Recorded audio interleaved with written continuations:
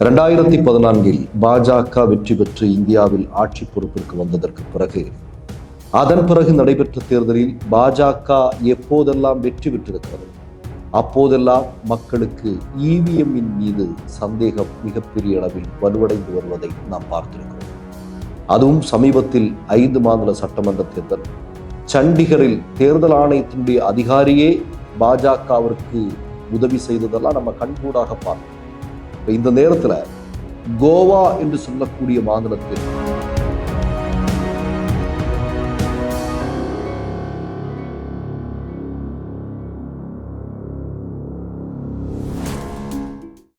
Malaysia, Singapore, Dubai நாடுகளில் குடியுரிமை வேண்டுமா? வெளிநாடுகளில் வெற்றிகரமாக இயங்கிக் கொண்டிருக்கும் பெரும் தொழில் நிறுவனங்களில் முதலீடு செய்ய விரும்புகிறீர்களா? பொது வர்த்தகங்களில் ஏற்றுமதி இறக்குமதி செய்ய வேண்டுமா? உடனடி தொடர்பு கொள்ளுங்கள்.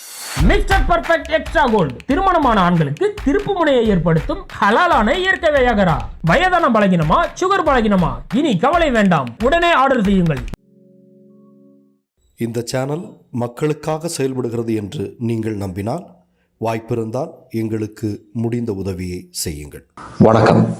2014 பாஜக வெற்றி பெற்று இந்தியாவில் ஆட்சி பொறுப்பிற்கு வந்ததற்கு பிறகு அதன் பிறகு நடைபெற்ற தேர்தலில் பாஜக எப்போதெல்லாம் வெற்றி பெற்றிருக்கிறதோ அப்போதெல்லாம் மக்களுக்கு இவிஎம்மின் மீது சந்தேகம் மிகப்பெரிய அளவில் வலுவடைந்து வருவதை நாம் பார்த்திருக்கிறோம்.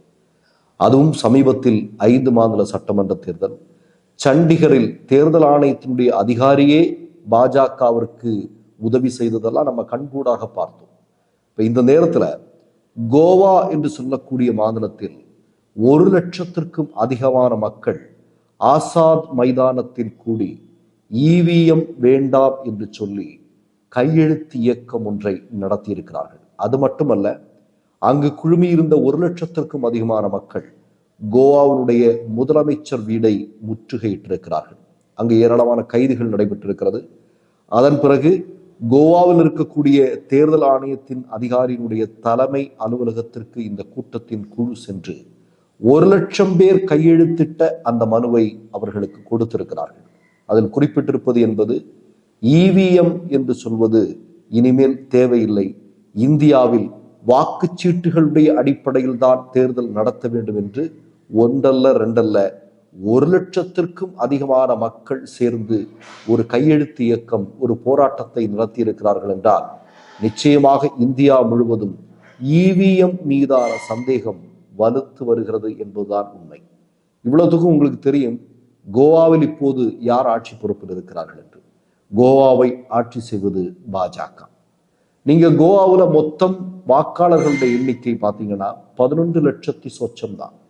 இந்த 15 லட்சம் வாக்காளர்கள் இருக்கக்கூடிய ஒரு இடத்துல 1 லட்சத்திற்கும் அதிகமான மக்கள் வாக்கு இயந்திரங்களை தடை செய், வாக்கு இயந்திரங்கள் வேண்டாம், அதில் ஏராளமான முறைகேடுகள் நடந்து கொண்டிருக்கிறது என்று சொல்கிறார்கள் என்றால், வரக்கூடிய கோவா மாநில சட்டமன்ற தேர்தலாகட்டும் அல்லது பாராளுமன்ற தேர்தலாகட்டும், இவற்றில் மோடிக்கு ஒரு மிகப்பெரிய தோல்வி காத்து கொண்டிருக்கிறது என்பது உறுதியாக இருக்கிறது இல்லையா?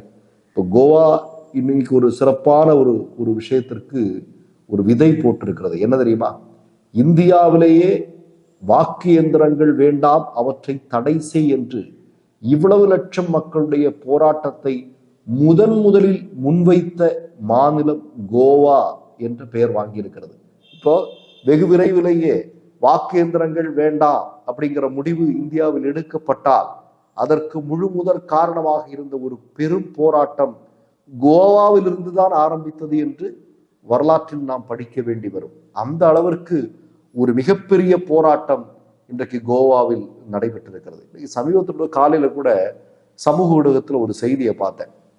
அதுல யாரோ ஒருத்தர் ஒரு கமெண்டா போட்டிருந்தார், இந்த வாக்கியந்திரங்களை ரெடி பண்ற வரைக்கும் தேர்தல் நாள் குறிக்கப்பட மாட்டாங்க, இந்த வாக்கியந்திரங்களை எல்லாம் செட் பண்ணி வச்சுட்டாங்கன்னா உடனடியாக இது இந்த நாள்ல தேர்தல், இந்த நாள்ல எண்ணிக்கை அப்படிங்கிற மாதிரி சொல்லிடுவாங்க, வாக்கியந்திரங்கள் இன்னும் ரெடி ஆகல, அதனாலதான் பம்மிக்கிட்டு இருக்கிறானுங்க அப்படிங்கிற மாதிரி சமூக ஊடகத்துல ஒருத்தர் கமெண்ட் போட்டிருந்தது கூட நம்ம பார்த்தோம். சமீபத்துல கூட உங்களுக்கு தெரியும், நம்முடைய தமிழ்நாட்டை சார்ந்த நந்தினி அவரும் அவருடைய உடன் பிறந்தவர்கள் எல்லாம் குஜராத்தில் போய் வாக்கு எந்திரங்கள் தடை செய்யப்பட வேண்டுமா அப்படிங்கிறத மோடியினுடைய குஜராத்தில் போய் கேள்வியா கேட்கிறாங்க.